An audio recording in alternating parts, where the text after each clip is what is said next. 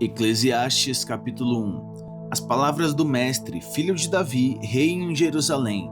Que grande inutilidade, diz o mestre, que grande inutilidade, nada faz sentido. O que o homem ganha com todo o seu trabalho, em que tanto se esforça debaixo do sol?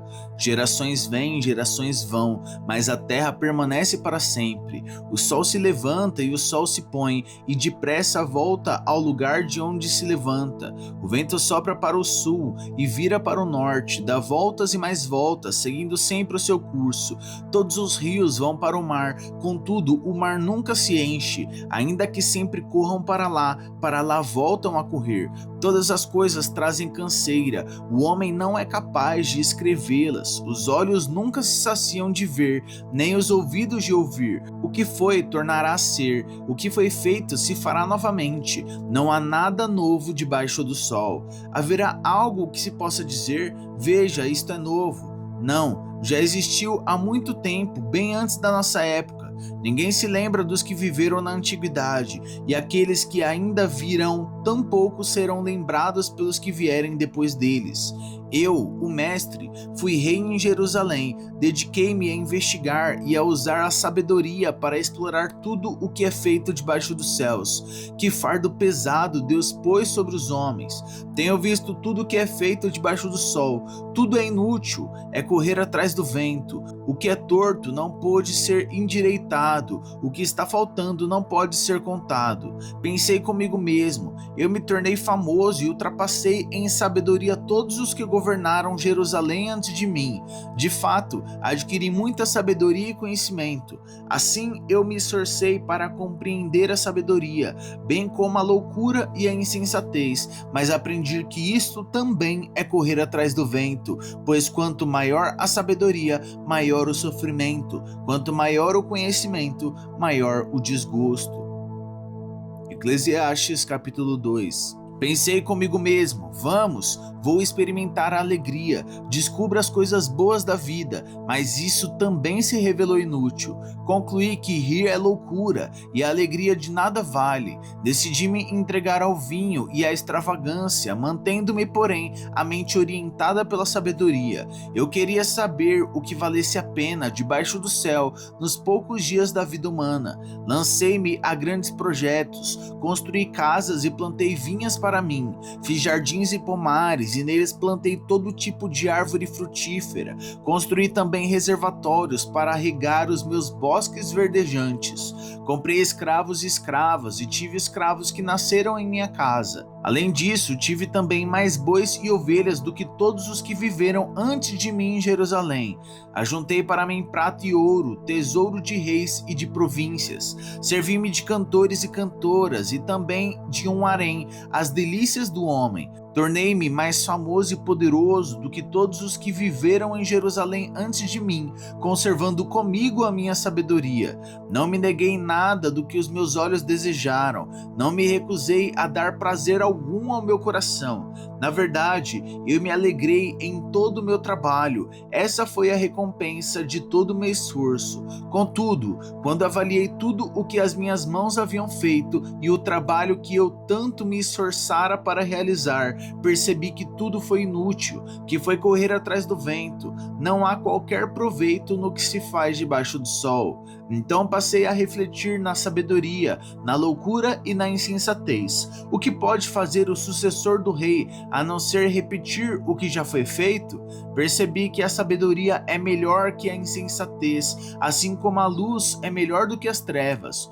O homem sábio tem olhos que enxergam, mas o tolo anda nas trevas. Todavia, percebi que ambos têm o mesmo destino. Então pensei comigo mesmo, o que acontece ao tolo também me acontecerá. Que proveito eu tive em ser sábio? Então me disse no meu íntimo, isso não faz o menor sentido. Nem o sábio nem o tolo serão lembrados para sempre. Nos dias futuros, ambos serão esquecidos. Como pode o sábio morrer como morre o tolo? Por isso desprezei a vida, pois o trabalho que se faz debaixo do sol parece-me muito pesado. Tudo era inútil, era correr atrás do vento. Desprezei todas as coisas pelas quais eu tanto me esforçara debaixo do sol, pois terei que deixá-las para aquele que me suceder. E quem pode dizer se ele será sábio ou tolo? Contudo, terá domínio sobre tudo o que realizei com o meu trabalho e com a minha sabedoria debaixo do sol. Isso também não faz sentido. Cheguei ao ponto de me desesperar por causa de todo o trabalho em que tanto me esforcei debaixo do sol, pois um homem pode realizar o seu trabalho com sabedoria, conhecimento e habilidade, mas terá que deixar tudo o que possui como herança para alguém que não se esforçou por aquilo. Isso também é um absurdo, é uma grande injustiça. Que proveito tem um homem de todo o esforço e de toda a ansiedade com que trabalha debaixo do sol? Durante toda a sua vida, seu trabalho não passa de dor e tristeza. Mesmo à noite, sua mente não descansa. Isso também é absurdo. Para o homem não existe nada melhor do que comer, beber e encontrar prazer em seu trabalho. E vi que isso também vem da mão de Deus. E quem aproveitou melhor as comidas e os prazeres do que eu?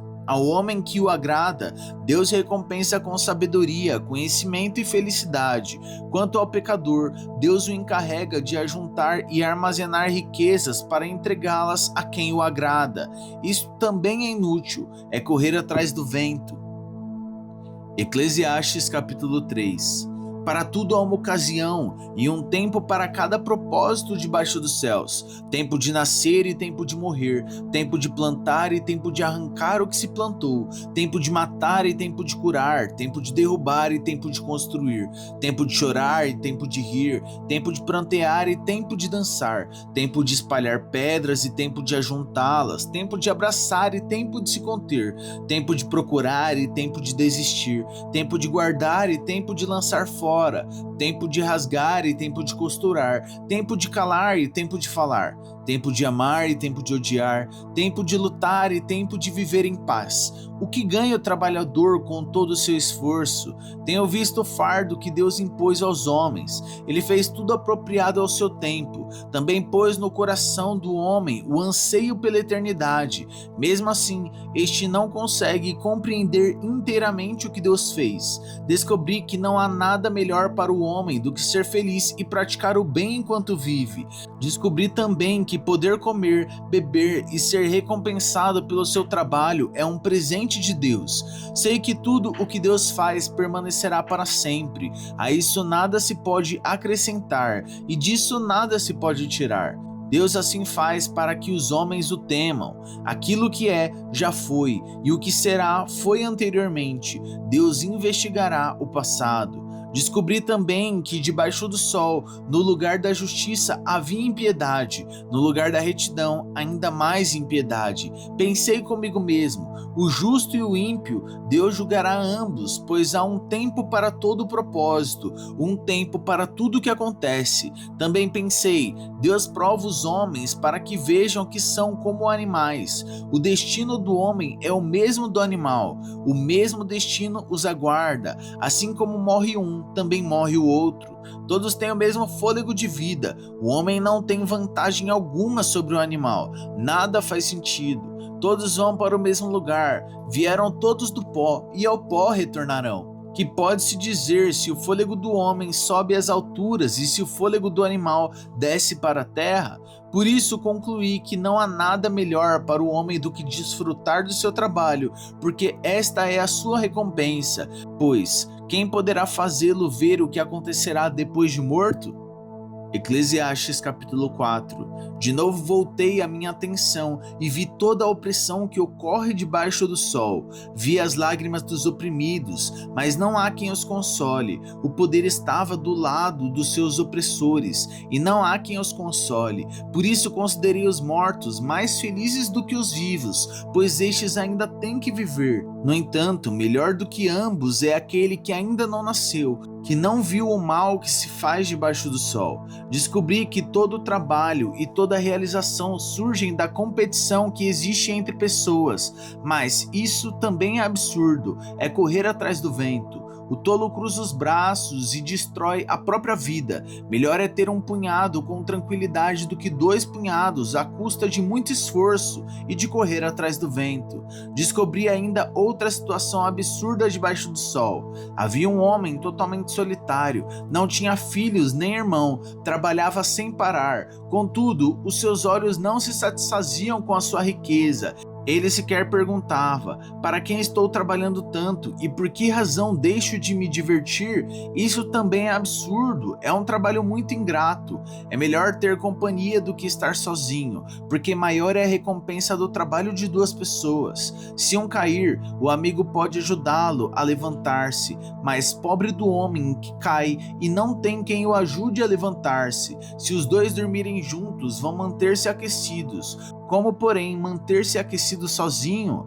Um homem sozinho pode ser vencido, mas 2 conseguem defender-se. Um cordão de 3 dobras não se rompe com facilidade.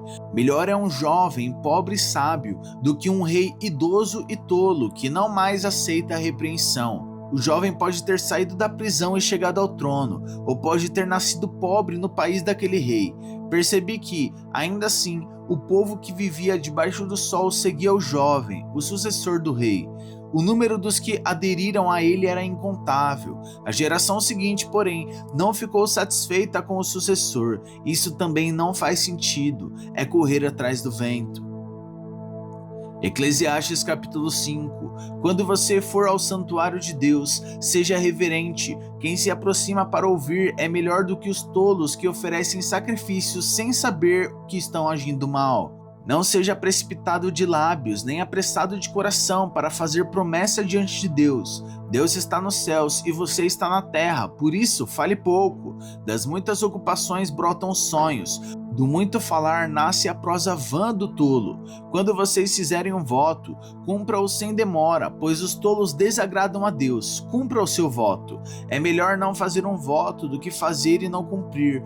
Não permita que a sua boca o faça pecar, e não diga ao mensageiro de Deus: o meu voto foi um engano. Por que irritar a Deus com o que você disse e deixá-lo destruir o que você realizou? Em meio a tantos sonhos absurdos, conversas inúteis, tenha temor a Deus. Se você vir o pobre oprimido numa província e vir que lhe estão negados o direito e a justiça, não fique surpreso, pois todo oficial está subordinado a alguém em posição superior, e sobre os 2 há outros em posição ainda mais alta. Mesmo assim, é vantagem a nação ter um rei que governe e que se interesse pela agricultura. Quem ama o dinheiro jamais terá o suficiente. Quem ama as riquezas jamais ficará satisfeito com os seus rendimentos. Isso também não faz sentido. Quando aumentam os bens, também aumentam os que os consomem. E que benefício trazem os bens a quem os possui, se não dar um pouco de alegria aos seus olhos? O sono do trabalhador é ameno, quer coma pouco, quer coma muito. Mas a fartura de um homem rico não lhe dá tranquilidade para dormir. Há um mal terrível que vive debaixo do sol. Riquezas acumuladas para a infelicidade do seu possuidor.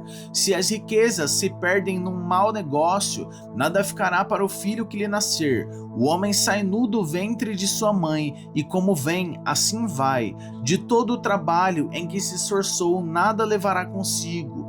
Há também outro mal terrível: como o homem vem, assim ele vai, e o que obtém de todo o seu esforço em busca do vento, passa toda a sua vida nas trevas, com grande frustração, doença e amargura. Assim, descobri que o melhor e o que vale a pena é comer, beber e desfrutar o resultado de todo o esforço que se faz debaixo do sol durante os poucos dias de vida que Deus dá ao homem, pois essa é a sua recompensa. E, quando Deus concede riquezas e bens a alguém e o capacita a desfrutá-los, a aceitar a sua sorte e a ser feliz em seu trabalho, isso é um presente de Deus. Raramente essa pessoa reflete no fato de que a sua vida é curta, porque Deus o mantém ocupado com a alegria do coração. Eclesiastes capítulo 6. Vi ainda outro mal debaixo do sol, que pesa bastante sobre a humanidade. Deus dá riqueza, bens e honra ao homem, de modo que não lhe falta nada que os seus olhos desejam. Mas Deus não permite desfrutar tais coisas e outro as desfruta em seu lugar. Isso não faz sentido, é um mal terrível. Um homem não pode ter 100 filhos e viver muitos anos. No entanto, se não desfrutar as coisas boas da vida, digo que uma criança que nasce morta e nem recebe um enterro digno tem melhor sorte do que ele. Ela nasce em vão e parte em trevas, e nas trevas o seu nome fica escondido. Ela nasce em vão e parte em trevas, e nas trevas o seu nome fica escondido. Embora jamais tenha visto o sol ou conhecido qualquer coisa, ela tem mais descanso que tal homem. Pois, de que lhe valeria viver 2000 anos e não poder desfrutar a sua prosperidade? Afinal, não vão todos para o mesmo lugar? Todo o esforço do homem é feito para sua boca, contudo, o seu apetite jamais se satisfaz. Que vantagem tem o sábio em relação ao tolo? Que vantagem tem o pobre em saber como se portar diante dos outros?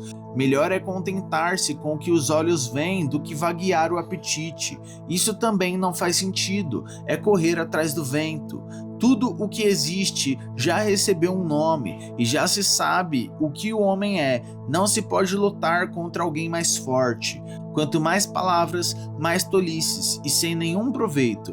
Pois quem sabe o que é bom para o homem nos poucos dias de sua vida vazia, em que ele passa como uma sombra? Quem poderá lhe contar o que acontecerá debaixo do sol depois que ele partir?